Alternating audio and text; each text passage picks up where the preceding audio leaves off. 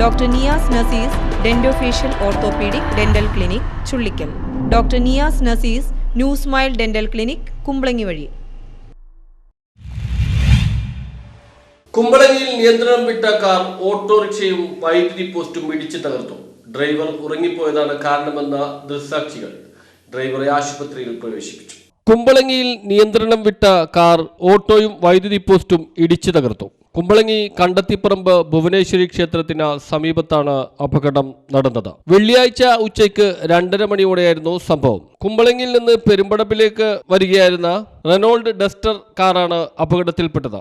നിയന്ത്രണം വിട്ട കാർ നിർത്തിയിട്ടിരുന്ന ഓട്ടോറിക്ഷയും വൈദ്യുതി പോസ്റ്റും ഇടിച്ചു തകർത്തു. കുമ്പളങ്ങി സ്വദേശി ജോസഫ് ആന്റണിയുടെ ഓട്ടോറിക്ഷയാണ് തകർന്നത്. ഓട്ടോറിക്ഷ പൂർണ്ണമായും തകർന്ന നിലയിലാണ്. കാറിന്റെ മുൻവശം പൂർണ്ണമായും തകർന്നിട്ടുണ്ട്. കാർ ഓടിച്ചിരുന്നയാൾ ഉറങ്ങിപ്പോയതാണ് അപകടത്തിന് കാരണമെന്നാണ് നാട്ടുകാർ പറയുന്നത്. കാർ സമീപത്തെ തറയപ്പറമ്പിൽ ജോർജിന്റെ വീടിന്റെ മതിലിൽ ഇടിച്ച് നിൽക്കുകയായിരുന്നു. വീടിന്റെ മതിലും തകർന്നിട്ടുണ്ട്. സമീപത്തെ ലോറൻസിന്റെ വീടിന് മുന്നിലെ വാട്ടർ ടാങ്കും അപകടത്തിൽ തകർന്നിട്ടുണ്ട്. കോഴിക്കോട് താമരശ്ശേരി സ്വദേശിയായ സിൻസോ ആന്റണി എന്ന 33-കാരനാണ് കാർ ഓടിച്ചത്.